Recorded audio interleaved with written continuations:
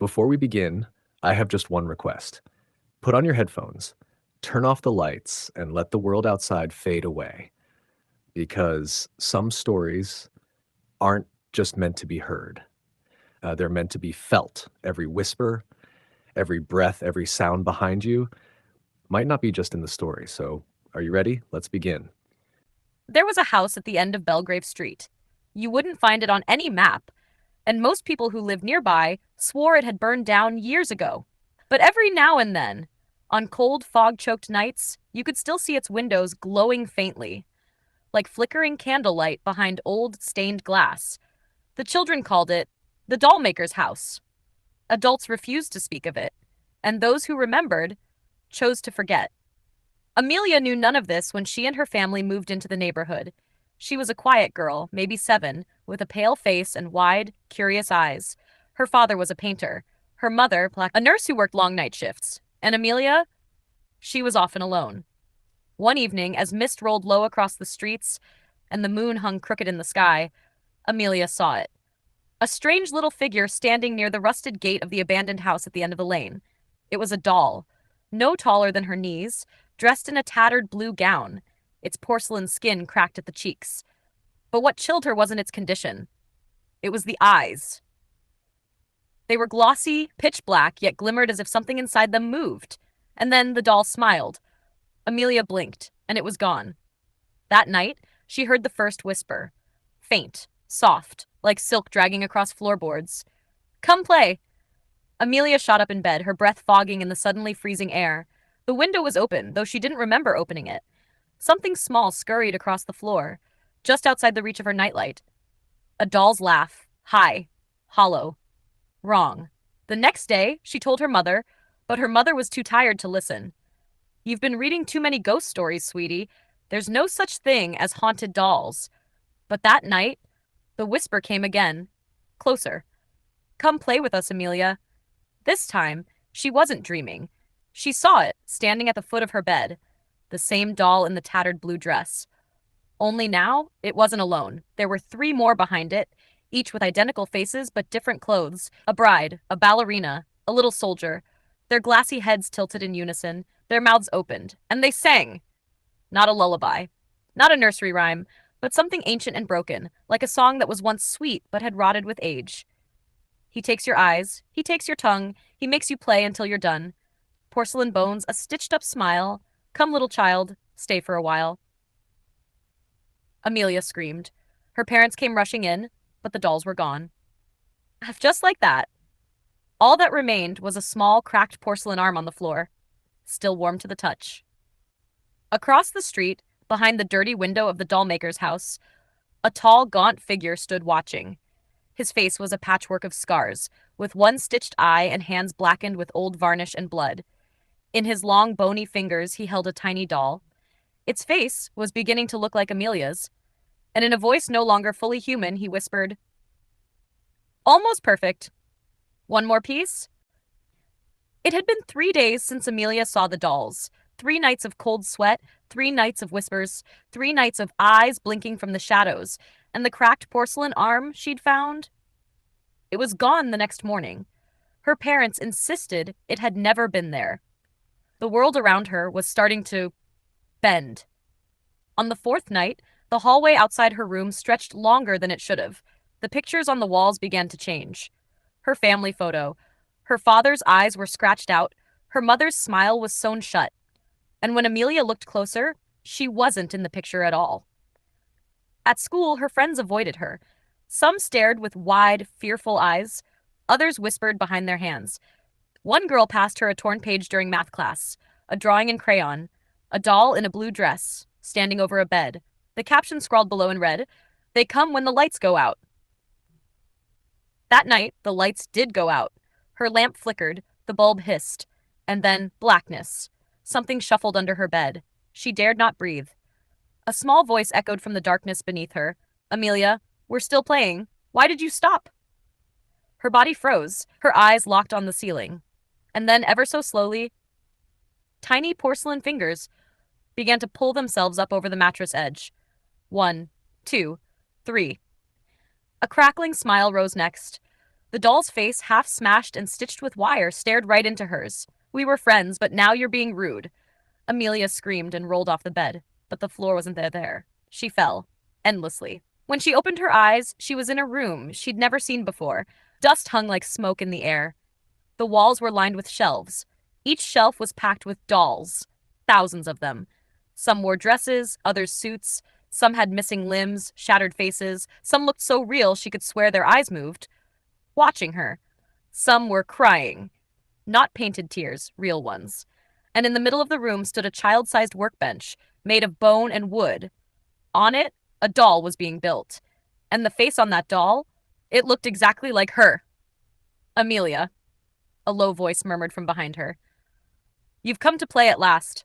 She turned around, slowly. There he was, the Dollmaker. He was taller than any man should be, hunched, with limbs too long and joints that cracked when he moved. His skin was gray, like old wax. His eyes, one glass, one bloodshot, gleamed with a feverish light.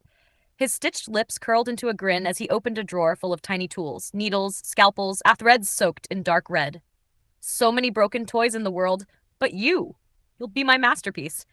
She backed away, heart hammering, tears streaking her cheeks. The dolls on the shelves began to twitch. Some whispered her name. Some screamed.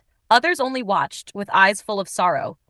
Amelia stumbled into a corner, and there she saw it. A mirror. But it wasn't showing her reflection. It showed her mother, frantically searching the house, calling her name. Crying, not knowing her daughter was already lost. Suddenly, Amelia's voice found her. I want to go home, she screamed. Please! The Dollmaker tilted his head. He looked almost sad. Oh, child, he whispered. Home is where the heart is, and yours belongs to me now. He raised a needle, the dolls closed in, and the room faded to black. When Amelia opened her eyes, she wasn't sure if she was awake anymore. The air was thick with dust and the smell of rotting glue. She was lying on something hard. A table? A slab? Her wrists and ankles were bound, not with rope, but with tiny porcelain hands, all clinging to her like vines. The light overhead flickered, revealing shelves that moved on their own.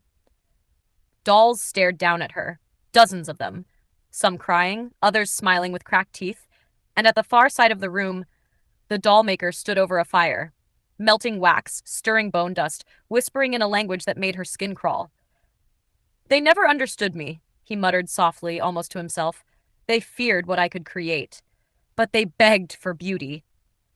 They worshipped perfection, so I gave it to them. He turned toward Amelia. In one hand, a needle made of ivory. In the other, a face, not a mask, a real human face, preserved in wax and sorrow. Amelia sobbed. Why are you doing this? Please, let me go. The Dollmaker didn't answer. Instead, he walked to a tall, dusty mirror on the wall. As he waved his hand across the glass, it shimmered, revealing images like memories burned into the reflection. A little boy sitting in a corner, sketching dolls in a war-torn city. A mother, coughing blood, holding his broken toys close to her chest. The boy, older now, scarred and silent, stitching faces onto dolls to make money. Then, the fire. The mirror flashed with screams and orange flames. A small girl, his sister, burned alive in his arms. His voice trembled. They blamed me. They said I was cursed. Evil. So I became what they turned to Amelia. Try make sure children never die again. I keep them forever. He gestured toward the shelves of dolls. And for a moment, Amelia saw them as they truly were. Not dolls. Children, dozens of lost souls, boys and girls with glassy eyes and stitched mouths, frozen in place, trapped inside those tiny bodies, screaming silently. And now, but something changed. One of the dolls on the shelf, a ballerina with a shattered foot, began to move. Slowly, she reached toward Amelia, her tiny hands trembling. And then, another, a soldier doll, eyes flickering. Then a bride. Then dozens more. Help her, a whisper echoed. She can set us free. The room began to shake. The Dollmaker snarled. No! They are mine! I gave them eternity! But the dolls began to fall from the shelves, one by one, crawling, dragging themselves across the floor toward Amelia. Their arms reached out, unbinding her. Run, they whispered, before he seals you forever. Amelia broke free and bolted. The doors slammed shut. The walls shifted like a maze. Dolls with glowing eyes emerged from the shadows, some still loyal to the dollmaker. She ran through a hallway of mirrors where she saw versions of herself as a doll, smiling eerily, through a room of limbs and heads, unfinished projects twitching on their own, down a spiral staircase made of vertebrae and ceramic tiles. And finally, the attic door. She burst through. The night air hit her like a gasp of life. She turned around, expecting to see the house behind her, but it was gone. Just a rotting lot covered in weeds. Her parents' voices shouting her name from nearby, sirens in the distance. She collapsed into her mother's arms, crying, screaming, choking out the words, "He's real! The dolls, they're alive!" But no one believed her. The paramedics said she must have wandered off and hit her head. Her parents tried to comfort her, but Amelia knew the truth. She remembered the dollmaker's voice, his final promise. You escaped, for now. But children grow up and forget, and when they do, I return. That night, as she lay in bed, trying to forget, she heard it, the faintest whisper from her toy chest. Come play with us, Amelia, just one more time. Years passed. Amelia grew older. The nightmares faded, but never vanished. She no longer spoke of the dollmaker. Her parents never brought it up again. And the town quietly buried the memory of the house that once stood at the edge of Bellgrave Street. But darkness doesn't die. It waits. On the eve of her 17th birthday, Amelia received a package. No return address, just her name, scrawled in perfect calligraphy, red ink. She opened it cautiously, hands trembling. Inside, a single porcelain doll. It wore a dress stitched from scraps of her childhood clothes. Its skin was snow white, its eyes, her exact shade of hazel, and its mouth, smiling. Not painted. Almost perfect, read the note beneath it. Just like you. Amelia dropped it, but it didn't shatter. It blinked. That night, the dreams returned, more vivid than ever. She was back in the workshop, the attic, the shelves, the singing dolls, and the firelight casting his shadow on the wall. The dollmaker. Only now, he had no face. It was blank. Smooth. Featureless porcelain, and Amelia saw why. He was waiting for hers. She woke up screaming, heart pounding out of her chest. Her bedroom window was open, even though she remembered closing it. And across the room, the doll she had received now sat on her desk, smiling wider. A new crack had formed across its face, like it was beginning to break free of its shell. You're almost ready, a whisper echoed in her ears. She tried to burn it. She tried to throw it away. She even buried it in the woods behind her house. But the next morning, it was back, sitting at the foot of her bed, one arm lifted in a wave. Amelia snapped. Desperate for answers, she returned to Bellgrave Street. But there was no house, just a rusted gate, a scorched tree, and silence, until she turned around, and the world changed. Shadows stretched, fog crawled in, and the gate creaked open on its own. Behind it, the dollmaker's house stood tall again, whole, waiting. She stepped through the gate, and just like before, the doors opened for her. Inside, the dolls greeted her. Hundreds of them, sitting silently, watching. And above her, at the top of the grand staircase, stood the dollmaker, still faceless, still waiting. Come home, Amelia, he rasped. You belong here. You always have. She tried to run, but her feet wouldn't move. Porcelain vines burst from the floor, wrapping around her ankles. Her hands stiffened. Her skin cracked at the fingertips. She screamed, but it came out hollow, like a wind-up box playing a lullaby. Her reflection in a nearby mirror showed the truth. She was becoming a doll, bit by bit, bone to ceramic, blood to wax, voice to silence. The other dolls gathered. They circled her. Some looked at her with pity. Others reached for her. Join us. Stay. Be perfect. But one doll, a ballerina with a shattered foot, stepped forward, the same one who helped her escape as a child. She whispered, Break him. He controls us through the mirror. The first soul he stole, it's still trapped there. Amelia turned her head slowly, her neck now rigid. There, the mirror from long ago, the same that showed his memories. Now it shimmered with a pulsing red light. Inside it, she saw herself, younger, innocent, crying. Her soul, still trapped. That was his power. He didn't steal bodies.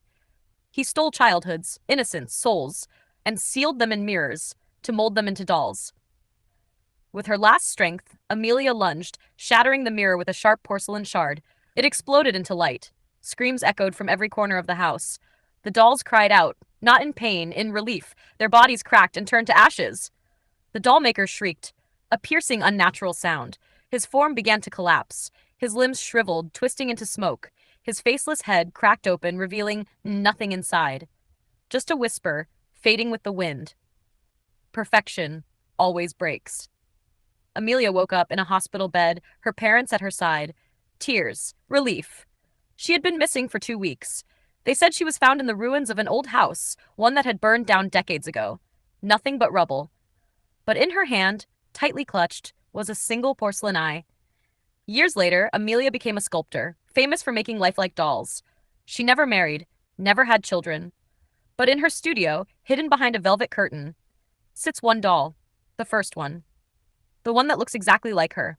It never moves, never smiles. But sometimes, when the lights are off, you can hear it whisper.